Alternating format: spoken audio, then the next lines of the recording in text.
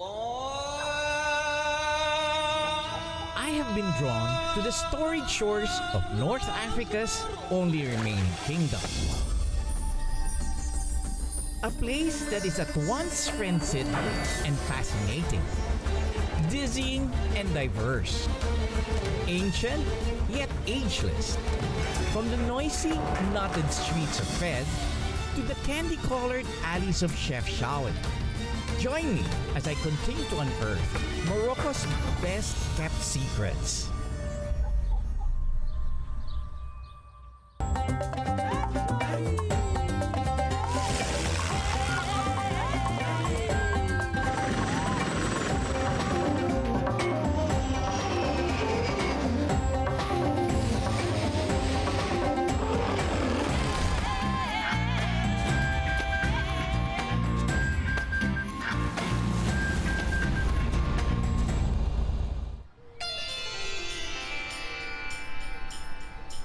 As I continue my journey across Morocco, I explore the heart of its former royal capital, Fez. Situated on a rocky hillside between the Rift and Atlas Mountains, Fez offered an ideal location for a metropolis. Gifted by the flowing waters of the Fez Wadi, Idris I, an Arab prince and great-grandson of the Prophet Muhammad, decided to build a city here.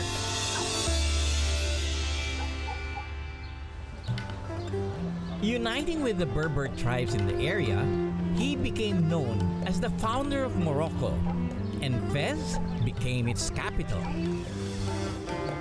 His son Idris II continued his father's legacy, unifying Morocco with a firm allegiance to Islam.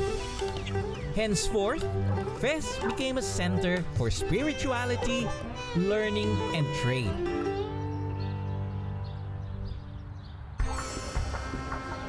The old Medina preserves the memory of this ancient capital within the city walls, that it was declared a UNESCO World Heritage Site. It is a sort of time capsule that can show us what ancient life in Morocco was like. As a seat of power, the entire city was fortified with crenellated walls housing watchtowers and gates, stretching for 8 kilometers.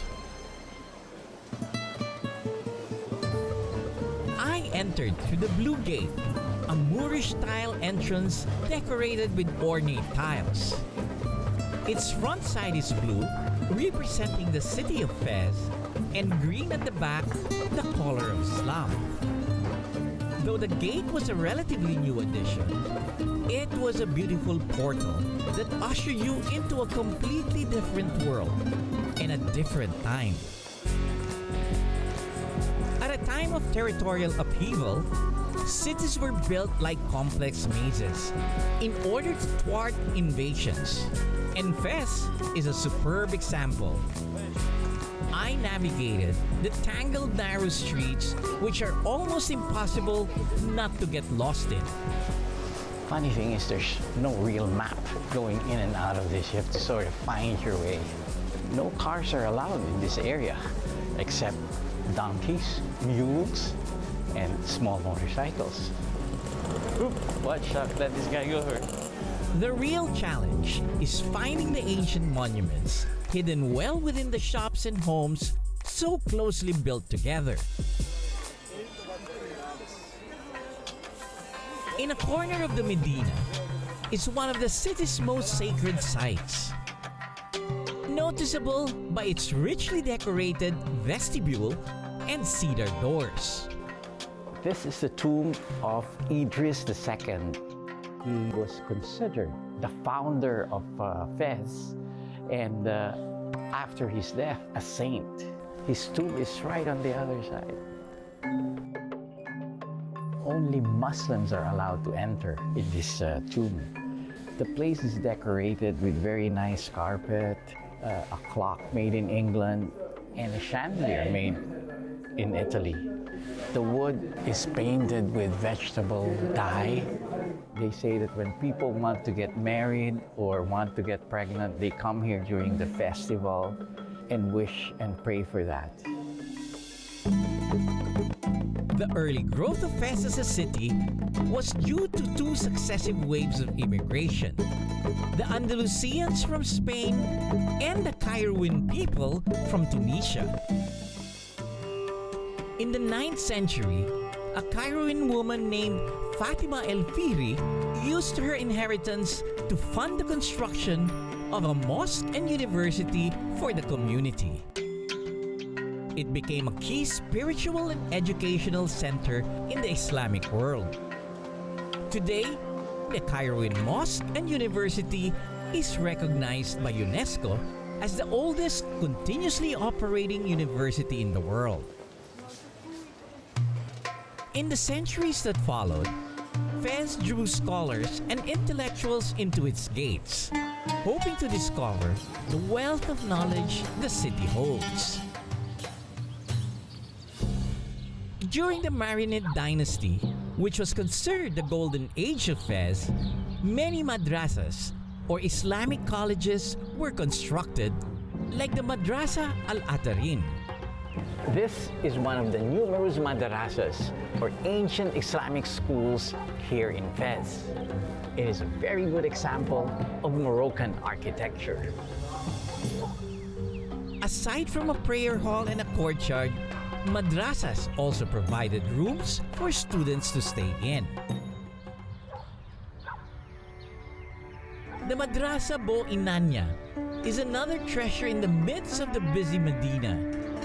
It is considered the most elaborate and extravagant of the Marinid monuments. This madrasa is really impressive, with a combination of mosaic tiles, carved plaster, and intricate lattice work on cedar wood. It presents an unrivaled example of the Moorish art of laceria, or lattice work, known as weaving by carpentry. The striking decorations cover every possible surface.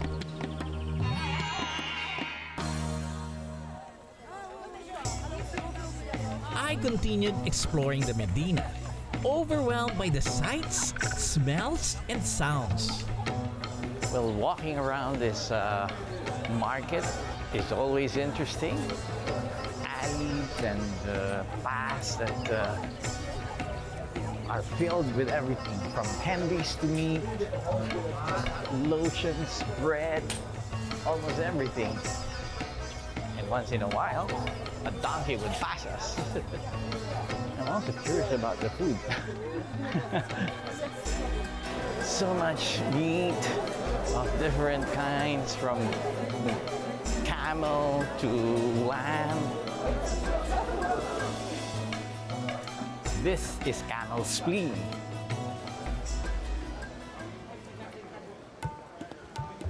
Finally, it was time to take a break from all the walking and sit down for a nice traditional Moroccan lunch. Wow, all very appetizing. I don't know where to start. Everything looks healthy too. Sitting down for a meal is where you will really see the different influences that make up Moroccan culture. There were hot and cold plates as starters, followed by a main dish of tagine, a stew of meat and vegetables named after the earthenware pot it's cooked in. Couscous is the national dish, made of wheat formed into small grains.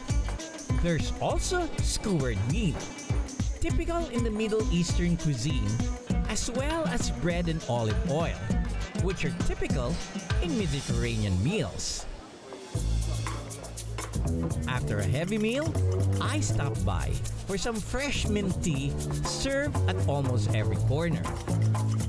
The spirit of medieval Islamic society lives on in the old Medina of Fez, truly the heart and soul of this ancient kingdom. Up next, I continue to explore the city of Fez, where artisans have perfected their craft and where goods have been sold and traded for centuries.